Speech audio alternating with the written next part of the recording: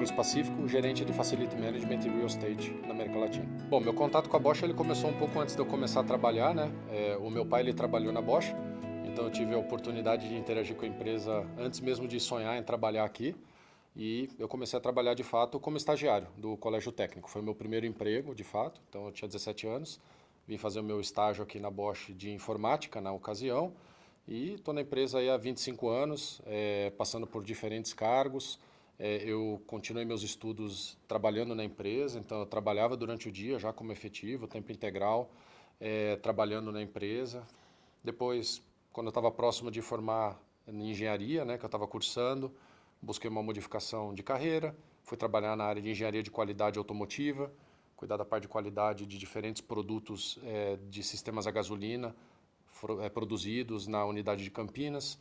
E nesse momento de carreira eu tive também minha primeira oportunidade de gestão de pessoas, de liderança de equipes. Então passei a liderar a equipe da qual eu fazia parte de qualidade. E nesse período aí de quase 8 anos, então, eu trabalhei nesse contexto de qualidade como engenheiro e depois como gestor. Também buscando outros desafios de carreira, oportunidades de desenvolvimento e também de questões pessoais, aí, de interesse pessoal. Busquei uma oportunidade no exterior e fui trabalhar então na Alemanha, o que era para ser 1 ano, viraram 4 anos. Eu fui com família, meus 2 filhos eram bem pequenos, esposa, já era casado, né, tinha filhos.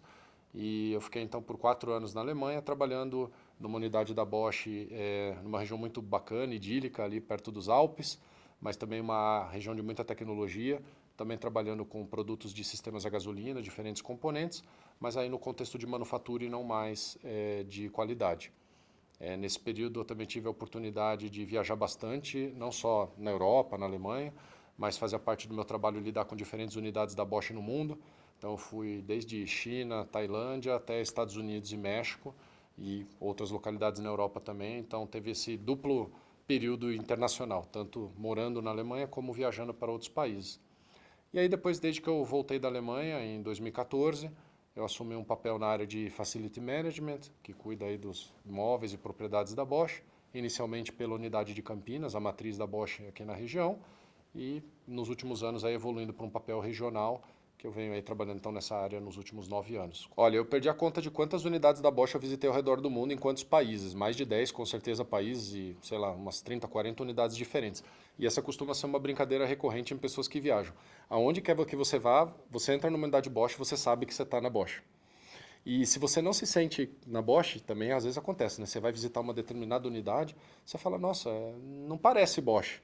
Aí quando você começa a investigar um pouco, você descobre que é uma empresa que a Bosch adquiriu há pouco tempo, ou é uma empresa que teve uma história, uma trajetória diferente de joint venture, mas as unidades que são do grupo Bosch, que fazem parte do grupo Bosch ao redor do mundo por alguns anos ao menos, todas elas você percebe a mesma característica, inclusive estética, você percebe a dinâmica interna de operação da empresa muito parecida e a cultura e essa imagem presente da empresa em todos os momentos, em todos os cantos que você visita de uma unidade. Então, sim, você vai visitar uma unidade da Bosch na China, Tailândia, na Europa, qualquer que seja, Américas, você se sente em casa em qualquer unidade que você esteja.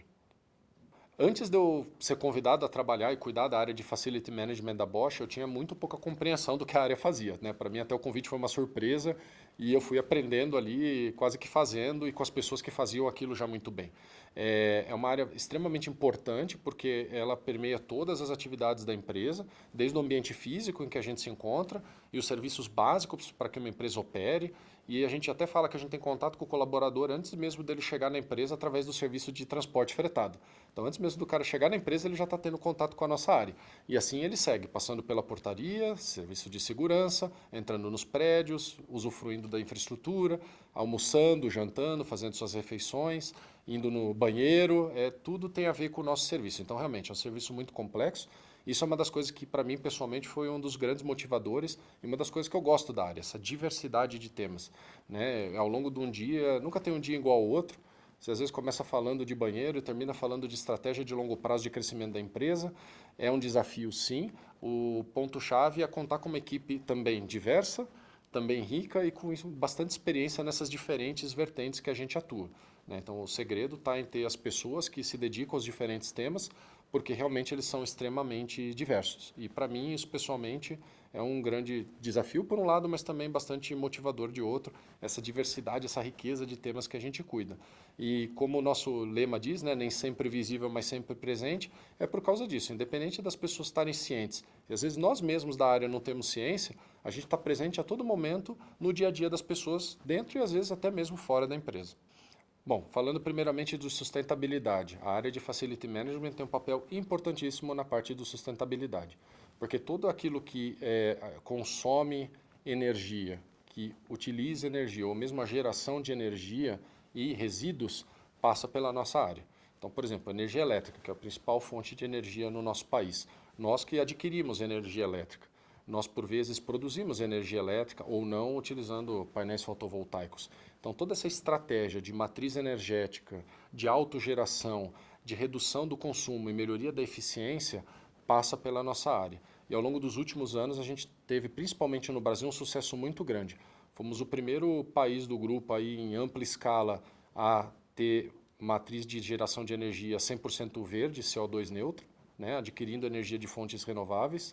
Também fizemos ampliações significativas na autogeração, com painéis fotovoltaicos. Então, por exemplo, aqui na unidade de Campinas, nós geramos 5% do nosso consumo com painéis fotovoltaicos. Pode parecer pouco, mas a gente não pode esquecer que uma fábrica equivale a uma cidade de 30 a 40 mil habitantes. Então, o volume de energia é muito grande. A gente tem mais de 10 mil painéis fotovoltaicos nos nossos telhados. Então, tudo isso passa pela nossa área, tanto do ponto de vista técnico, quanto de viabilidade econômica financeira. Então, essa contribuição faz parte do nosso dia a dia, as certificações, a melhoria dos nossos processos, redução de desperdícios, tem uma contribuição fundamental do time de Facility Management. E quando a gente fala de diversidade, está mais ligado intrinsecamente ao nosso próprio time, né? Ou seja, como que a gente monta um time diverso, culturalmente, de diferentes gerações, de diferentes gêneros, de diferentes raças, e a gente vem também construindo um time muito bacana nesse sentido. Quando eu entrei no time há uns 9 anos atrás, eu me lembro muito bem que isso me chamou a atenção. No escritório a gente tinha praticamente uma mulher, que era a secretária, né? Hoje, se você for no nosso escritório, eu confesso que eu perdi as contas, mas eu chuto aí que a gente tem de 40% de mulheres em diferentes posições, de diferentes idades, de diferentes formações, com diferentes papéis dentro da organização. É um exemplo, né? E a mesma coisa para outras questões como gênero e raça. Então a gente vem construindo isso, por quê? Porque os talentos estão presentes igualmente em toda essa diversidade de diferentes etnias, grupos que a gente pode classificar na nossa sociedade. Então a gente trazendo talentos para dentro do grupo, a gente traz essa diversidade de maneira muito natural também. Você começa a ter contato com uma determinada cultura e com um determinado conjunto de valores muito cedo, é difícil dizer se você adquiriu esses valores por conviver com essa cultura e com esse grupo de valores, como é o caso da Bosch, ou se você se aproximou e se identificou com a empresa por possuir os mesmos valores, né? E eu me sinto muito nessa situação.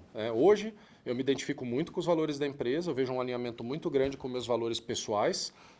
De fato, por conta até do fato do meu pai ter trabalhado na empresa, eu ter entrado muito jovem na empresa, eu tomei contato muito cedo com esses valores, eles certamente influenciaram a minha formação, eu não tenho dúvida nenhuma, pessoal e profissional, e essa identidade segue até hoje.